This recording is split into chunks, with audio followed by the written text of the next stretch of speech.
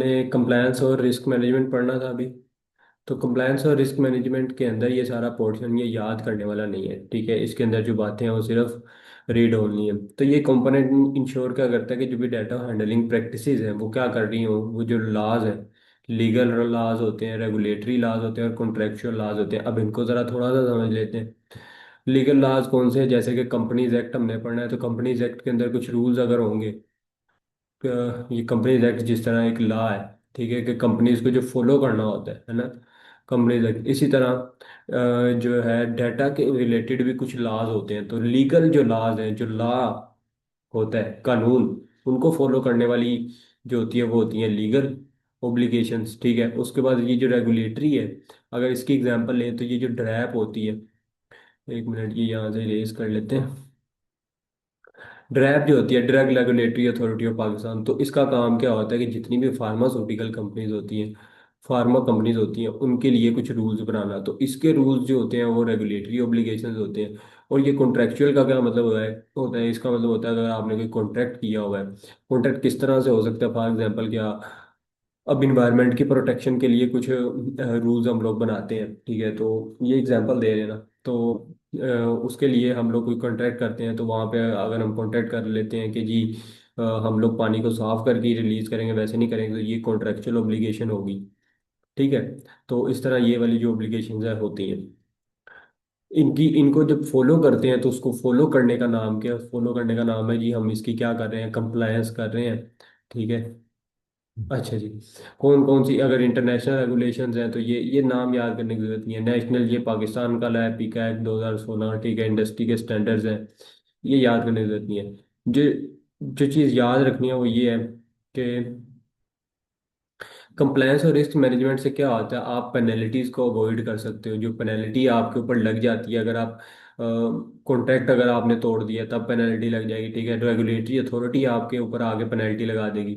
इसी तरह legal actions आपके ऊपर, उससे बच जाओगे। और वो जो रेपुटेशन के ऊपर जो डैमेज हो सकता है आपका, वो भी नहीं होगा, ठीक है। अच्छा, और क्या होता है? अच्छा, डाटा गवर्नेंस पढ़ा है ना हमने, डाटा गवर्नेंस, डाटा गवर्नेंस। तो इसके अंदर हमने एक चीज़ कवर कर ली हुई है डाटा गवर्नेंस के अंदर, कि हम लोग क्या करते हैं, स्पेसिफिक एक्सेस देते हैं, बंदे को स्पेसिफिक एक्सेस देते हैं। तो अगर हम स्पेसिफिक एक्सेस देते हैं तो इसका मतलब वो स्पेसिफिक बंदा है जिसको हमने उस मखसूस डाटा का एक्सेस दिया हुआ है, तो वो उसकी क्या है, वो उसकी रेस्पॉन्सिबिलिटी है, ऐसा ही है। वो उसकी क्या है, रेस्पॉन्सिबिलिटी है। फॉर एग्जाम्पल फाइनेंस का हमने उसको कुछ डाटा दिया हो, तो उस वो अपनी रिस्पॉन्सिबिलिटी को कंप्लीट नहीं करेगा, तो अकाउंटेबल कौन है, जिम्मेदार कौन है? वो उसका अकाउंटेबल होगा। उसके अंदर किसी किस्म का भी मसला आता है, वो जिम्मेदार होगा। अकाउंटेबल क्या है जी, जिम्मेदार होगा।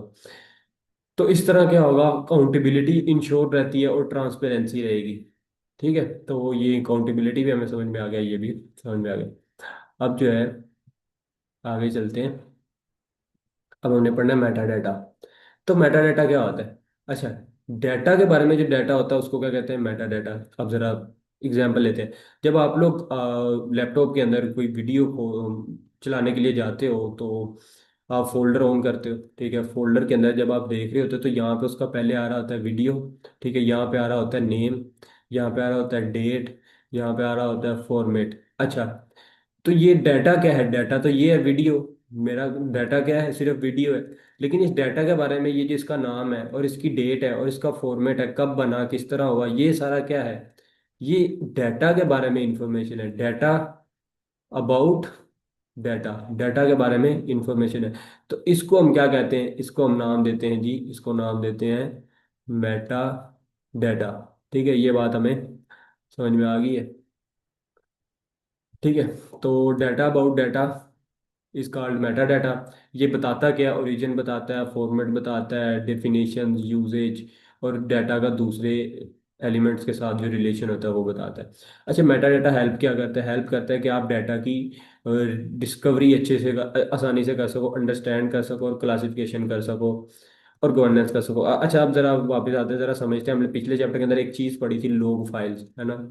लॉग फाइल्स क्या होता है? जब भी कोई बंदा सिस्टम इंटर करता है, सिस्टम इंटर करता है तो एक फाइल बन जाती है पीछे, जो क्या होती है, लॉग फाइल। अब जो लॉग फाइल होती है वो तो एक क्या होगा, डाटा।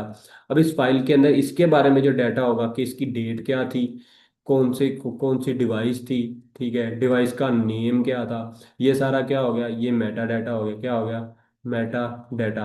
अब इस मेटा डाटा से मैं इजीली पता कर सकता हूँ कि कौन सा बंदा है जिसने भी इस सिस्टम के अंदर इंटर किया था। ठीक है, अब इसकी जरा प्रैक्टिकल अगर अप्रोच से देखें, प्रैक्टिकल अगर इसकी बात करें तो प्रैक्टिकलिटी में ये कैसे यूज होता है कि अगर कोई कंप्यूटर के अंदर हमारे पास कोई रिकॉर्डिंग थी, पॉडकास्ट है, तो क्या हुआ होगा, हमने वहां पे वो सेव की हुई थी, लेकिन किसी और आदमी ने वो वीडियो हमने अपलोड नहीं करनी थी, किसी आदमी ने अपनी डिवाइस कनेक्ट की और वहां से क्या कर लिया, चोरी कर लिया, उसके बाद उसने अपलोड कर दी, लीक कर दी। तो अब हमें पता करना है कि किस तरह लीक हुई। तो हम अपनी इसी मेन डिवाइस के ऊपर आएंगे, मेन डिवाइस के ऊपर आके इसकी लॉग फाइल्स चेक करेंगे, लॉग फाइल्स चेक करेंगे, हमें पता चल जाएगा किस बंदे ने कितने बजे कौन सा डाटा था, सारा कुछ हमें सारी इन्फॉर्मेशन पता चल जाएगी। ठीक है, तो ये एक प्रैक्टिकल बात हमने कर ली। ठीक है। अच्छा जी, मेटा डाटा के अंदर होता क्या है, इसके अंदर क्या चीज़ें होती हैं। तो इसके अंदर होती है कि आपने स्टैंडर्डाइज डेफिनेशंस बनानी है। इसका क्या मतलब है, इसका मतलब ये है कि आपने, ये देखो ये लिखा हुआ है, use creator in all system rather than mix of author writer maker creation. इसका क्या मतलब, ये देखो हमने एक चीज़ पढ़ी थी, एक चीज़ पढ़ी थी, क्या पढ़ा था हमने, हमने पढ़ा था कंसिस्टेंसी। कंसिस्टेंसी कंसिस्टेंसी का मतलब क्या आता है कि सारे सिस्टम के अंदर फॉर्मेट उसका, फॉर एग्जांपल के तौर पर जो फॉर्मेट है वो क्या होना चाहिए, सेम होना चाहिए। इसी तरह ये जो स्टैंडर्डाइज डेफिनेशन हमने बनाई है, इसका मतलब ये है कि जब भी आपने क्रिएटर के बारे में बात करनी है कि बनाया किसने है, तो यहाँ तो ऑथर आना चाहिए थ्रू आउट द सिस्टम, या राइटर या मेकर या फिर क्रिएटर। ठीक है, इनमें से कोई एक वर्ड आना चाहिए और वही स्पेसिफिक होना चाहिए हर डिवाइस के लिए, हर जो है वो फाइल के लिए। ऐसा नहीं होना चाहिए कि एक फाइल के लिए आपने क्रिएटर लिखा हुआ है, एक फाइल के लिए ऑथर लिखा हुआ है, एक फाइल के लिए राइटर लिखा हुआ है। ठीक है, ये लैंग्वेजेस के अंदर ये चीज़ें इंपॉर्टेंट होती हैं कि कहाँ पे आपने क्या लिखना है, अगर आप ग्रामर, इंग्लिश ग्रामर पढ़ रहे हो, लेकिन फॉर्मेटिंग के अंदर ये चीज़ इंपॉर्टेंट नहीं होती। ठीक है। अच्छा जी, इसके बाद मेटा डाटा के अंदर हम लोग क्या काम करते हैं, मेटा डाटा रिपोजिटरीज आपने मेंटेन करनी है। इसका क्या मतलब, मेटा डाटा रिपोजिटरीज, इसका मतलब है डाटा सेंटर्स। जिस तरह डाटा सेंटर्स होते हैं ना, डाटा सेंटर्स जहाँ पे हम लोग डाटा स्टोर करते हैं, इस तरह मेटा डाटा रिपोजिटरीज का मतलब भी यही है। ठीक है। अच्छा, और आपने क्या करना है, इंश्योर करना है कंसिस्टेंटली यूज हो रहा हो data cross the system, through out the system जो है वो उसका काम सही जा रहा, सेम काम हो रहा। ठीक है। सिंपल क्या है कि, अच्छा ये क्या है, हाँ ये अभी हमने पढ़ना है आगे। अच्छा, अब जो चीज़ हमने पढ़नी है यहाँ पे, मेटा डाटा हमने खत्म कर लिया। मेटा डाटा के बाद अब जो चीज़ हमने पढ़नी है वो है डाटा लाइफ साइकिल पढ़ना है हमने। क्या पढ़ना है, डाटा लाइफ साइकिल। ठीक है, तो इसको शुरू करते हैं अब। अच्छा, डाटा लाइफ साइकिल के अंदर कितनी चीज़ें हैं, एक दो तीन चार और पांच चीज़ें। ठीक है, कितनी चीज़ें हैं, पांच। तो सबसे पहले क्या आती है, डाटा की क्रिएशन। सबसे पहले क्या आती है, क्रिएशन। अच्छा, यहाँ पे ज़रा बना लेते हैं, फ्लो चार्ट सा बना लेते हैं। सबसे पहले क्या होगी, क्रिएट होगा डाटा, डाटा की क्या होगी, क्रिएशन। ठीक है, क्रिएशन होने के बाद क्या होगा, क्रिएशन होने के बाद आप उसको क्या करोगे, स्टोर करोगे। क्रिएट आपने कर लिया, क्रिएट करने के बाद आपने इसको क्या करना है, स्टोर करना है, डाटा को स्टोर करना है। स्टोर करने के बाद आपने इसको क्या करना है, यूज करना है। अब आपने यूज कर लिया, अब आप इसको क्या कर दोगे, आर्काइव कर दोगे। हमने आर्काइव फाइल्स के बारे में काफ़ी दफ़ा हमने आर्काइव फाइल्स देखी होती हैं, लैपटॉप के अंदर भी, अपने मोबाइल के अंदर भी। ठीक है, आर्काइव डाटा जो होता है, और उसके बाद आपने इसको क्या करना है, डिलीट करना है। तो ये पांच स्टेप्स हैं और इन पांचों के बारे में हमने बात करनी है। अच्छा, सबसे पहले क्या है कि डाटा को क्रिएट करना, तो डाटा की जर्नी यहीं से शुरू होती है। क्रिएट कहाँ पे हो सकता है, अच्छा क्रिएशन के बारे में इतना ज़्यादा हमने पढ़ा होगा, डाटा की कलेक्शन जो है वो सारी की सारी क्रिएशन ही तो है। तो कहाँ पे हो सकता है, डाटा के अंदर भी, कंपनी के अंदर भी हो सकता है और बाहर भी हो सकता है।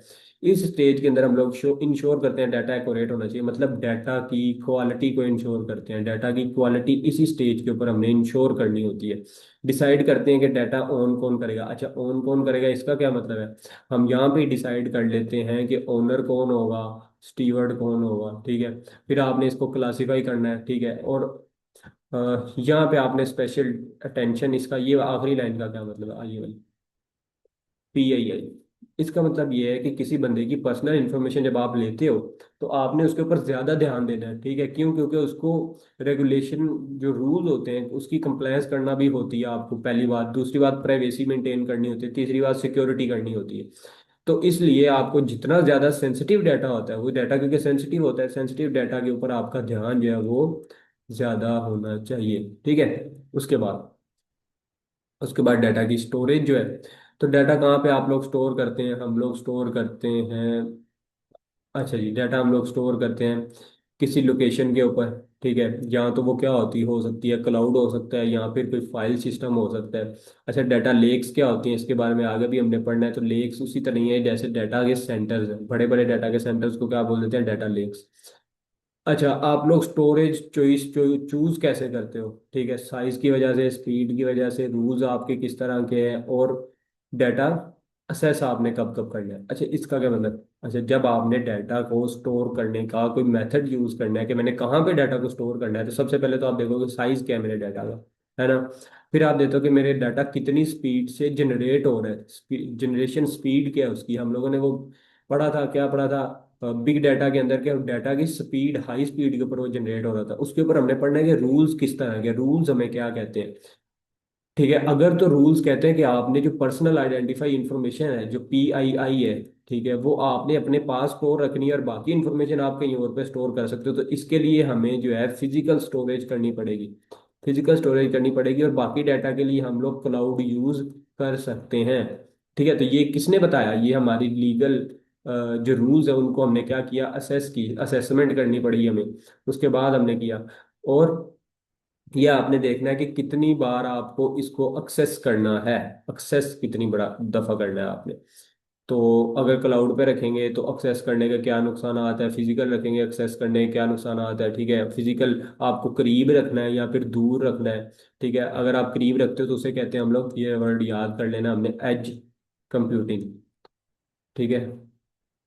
अगर आप डाटा को सोर्स के करीब ही स्टोर कर लेते हो, इसे कहते हैं एज कंप्यूटिंग, ठीक है? अच्छा, सिक्योरिटी मेजर्स क्या होती है डाटा की? स्टोर स्टोर करने के बाद आपने उसको सिक्योर भी तो करना है ना। तो सबसे पहले क्या होता है? इनक्रिप्शन, डाटा को इनक्रिप्ट कर देना। इसके बारे में पढ़ लिया, ये भी पढ़ लिया। बैकअप्स क्या होते हैं? बैकअप प्लान आपने जो होता है कॉपीज बना लेना, ठीक है? और डिजास्टर रिकवरी प्लान, ये हमने, ये क्या होता है, ये क्या होता है, इसके बारे में हमने रिस्क के चैप्टर के अंदर पढ़ना है। तो अभी बस यही है कि कोई भी डिजास्टर हो जाएगा, कोई मसला हो जाएगा। अच्छा, डिजास्टर कैसे होता है? सबसे पहले तो आपके पास होता है रिस्क। तो रिस्क ये होता है कि कोई मसला हो सकता है, तो जब वो मसला हो जाता है तो उसे कहते हैं डिजास्टर हो गया, सिंपल, ठीक है? तो डिजास्टर रिकवरी प्लानिंग आपने करनी है। अच्छा, उसके बाद डाटा की यूजेज के ऊपर बात कर लेते हैं।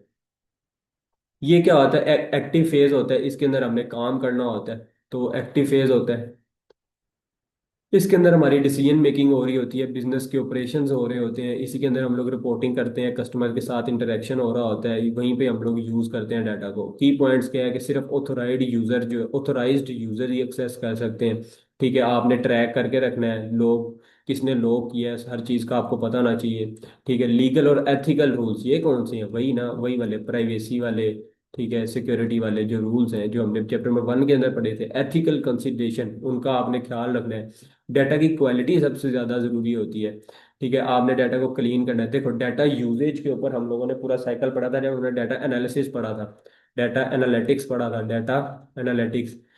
तो उसके अंदर हमने पढ़ा था डाटा को यूज करते हैं तो सबसे पहले उसको क्लीन करना होता है ताकि डबलिंग ना हो रही हो, ठीक है?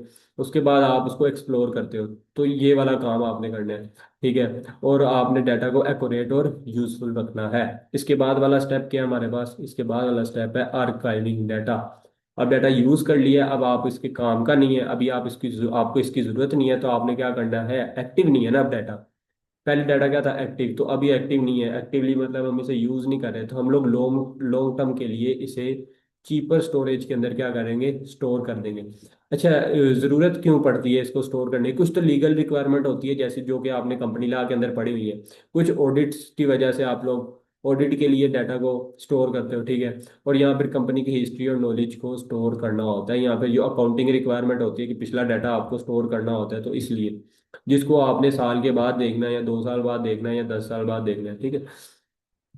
आर्काइव जो डाटा होता है, आर्काइव डाटा जो होता है वो सिर्फ रीड ओनली होता है, उसको आप एडिट वगैरह कुछ भी नहीं कर सकते। ये सिर्फ क्या होता है, रीड ओनली होता है।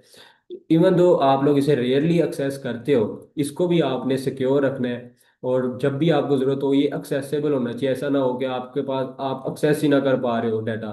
ठीक है। और इंटैक्ट होना चाहिए, मतलब चेंज नहीं होना चाहिए, खुद ब खुद चेंज नहीं हो जाना चाहिए। ठीक है, रीड ओनली होना चाहिए।